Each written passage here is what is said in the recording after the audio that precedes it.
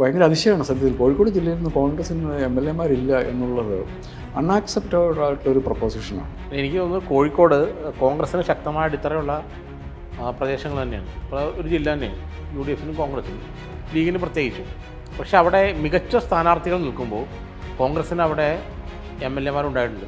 2001 ശേഷം അവിടെ MLA-മാരുണ്ടായിട്ടില്ല. പക്ഷേ കൊയിലാണ്ടി പോലുള്ള മണ്ഡലമൊക്കെ നിഷ്പ്രയാസം കോൺഗ്രസിന് പിടിക്കാൻ പറ്റുന്ന മണ്ഡലങ്ങളാണ് എന്ന കാര്യത്തിൽ സംശയം വേണ്ട. അപ്പോൾ ലീഗിൻ്റെ അപ്രമാദിത്വത്തിന് വേണ്ടി കോഴിക്കോട് ജില്ലയെ ഇനി വിട്ടുകൊടുക്കാൻ കഴിയില്ല എന്നുള്ളൊരു ധാരണ പൊതുവെ കോൺഗ്രസ്സുകാരുടെ മനസ്സിലുണ്ട്. അവിടെ കഴിഞ്ഞ തിരഞ്ഞെടുപ്പുകളിലെല്ലാം തന്നെ വളരെ പാസീവായിട്ടുള്ളൊരു മൈൻഡായിരുന്നു കോൺഗ്രസിൻ്റെ നേതൃത്വത്തിന് കോഴിക്കോട് ജില്ലയെ സംബന്ധിച്ചുള്ളൂ. കാരണം അവിടെയൊക്കെ ലീഗിന് സീറ്റ് കിട്ടുള്ളൂ. പിന്നെ നമ്മൾ നിന്ന് അത്ര ബലം പിടിക്കേണ്ട, കിട്ടും ഒരു സീറ്റ് 1-2 സീറ്റ് കിട്ടട്ടെ എന്നുള്ള രീതിയിലായിരുന്നു പണ്ട് കഴിഞ്ഞ ഇലക്ഷനിലൊക്കെ. ഇപ്പോൾ അത് പൂർണ്ണമായിട്ട് മാറി. ഇപ്പോൾ കൊയിലാണ്ടി പോലത്തുള്ള മണ്ഡലങ്ങളിൽ, അതുപോലെ കോഴിക്കോട് മണ്ഡലം, അങ്ങനെയുള്ള അതുപോലെ എനിക്ക് കുറ്റ്യാടി, ഇതെല്ലാം പിന്നെ വടകര, ഇതെല്ലാം UDF-ൻ്റെ കയ്യിൽ 4 സീറ്റെങ്കിലും മിനിമം UDF-ന് അവിടെ പിടിക്കാൻ കഴിയും, അല്ലെങ്കിൽ കോൺഗ്രസ്സിന് തന്നെ 2-3 സീറ്റുകൾ പിടിക്കാൻ കഴിയും എന്നുള്ള വിശ്വാസം യഥാർത്ഥത്തിൽ ഇപ്പോൾ കോൺഗ്രസ് നേതൃത്വത്തിനുണ്ട്. അതിന് പറ്റിയ നേതൃത്വം ഉണ്ട്. അങ്ങനെയുള്ളൊരു അങ്ങനെ എന്താ പറയുക, നമുക്കിനി ലൂസേഴ്സ് ഫൈനലിൽ കളിക്കേണ്ട, യഥാർത്ഥത്തിൽ ഫൈനലിൽ കളിച്ച് വിജയിക്കാൻ കോൺഗ്രസ്സിന് എന്തുകൊണ്ട് കോഴിക്കോട് ജില്ലയിൽ MLA-മാരുണ്ടായിക്കൂടാ എന്നുള്ള ചോദ്യം അവിടെയുള്ള കോൺഗ്രസ്സുകാരുടെ ഇടയിലും സംസ്ഥാന നേതൃത്വത്തിലേക്ക് വരുന്നുണ്ട്. അതുകൊണ്ട് കോഴിക്കോട് ജില്ലയെ സംബന്ധിച്ചിടത്തോളം എനിക്ക് മനസ്സിലാക്കണം UDF നേതൃത്വം വളരെ ഹാപ്പിയാണ് ഇപ്പോൾ എന്നുള്ളതാണ്. കാരണം ലീഗിൻ്റെയും കോൺഗ്രസിൻ്റെയും സീറ്റുകൾ വെച്ച് നോക്കുമ്പോൾ ഒരു 7-8 സീറ്റുകൾ വരെ പോകാൻ അവർക്ക് കഴിയുമെന്നുള്ളതാണ് ഇപ്പോഴും കോൺഗ്രസ് നേതൃത്വം വിശ്വസിക്കുന്നത്. വളരെ പ്രധാനമായിട്ട് കോഴിക്കോട് ജില്ലയിലെ ഈ ഒരു ആത്മവിശ്വാസത്തിന്, കോൺഗ്രസിനും പ്രത്യേകിച്ച് മുസ്ലിം ലീഗിനും വലിയ ആത്മവിശ്വാസം എന്ന് പറയുന്നത് ഏതാണ്ട് 40% മുസ്ലിം വോട്ട് ഉള്ള ഒരു ജില്ലയാണെന്നാണ് പറയുന്നത്. മലപ്പുറം ജില്ല കഴിഞ്ഞിരുന്നാൽ ഒരു പക്ഷേ കേരളത്തിൽ ഏറ്റവും അധികം മുസ്ലിം വോട്ട് ഉള്ള ഒരു ജില്ലയാണ്. ഇത് എങ്ങനെ ഇമ്പാക്റ്റ് ചെയ്യുമെന്നാണ് ജേക്കബ്? മുസ്ലിം പൊളിറ്റിക്കൽ വോട്ടാണ് ഉള്ള ജില്ല കൂടിയാണ്.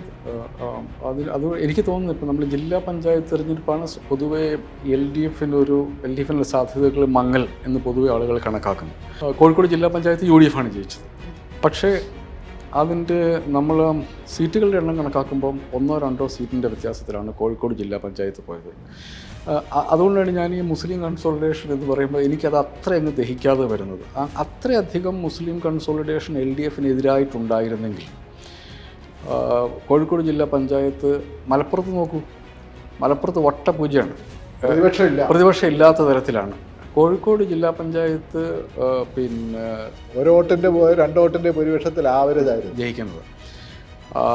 അപ്പോൾ അതുകൊണ്ട് ഈ എല്ലാ കൺസോളിഡേഷൻ തിയറികളും ഞാൻ അംഗീകരിക്കാതെ വരും.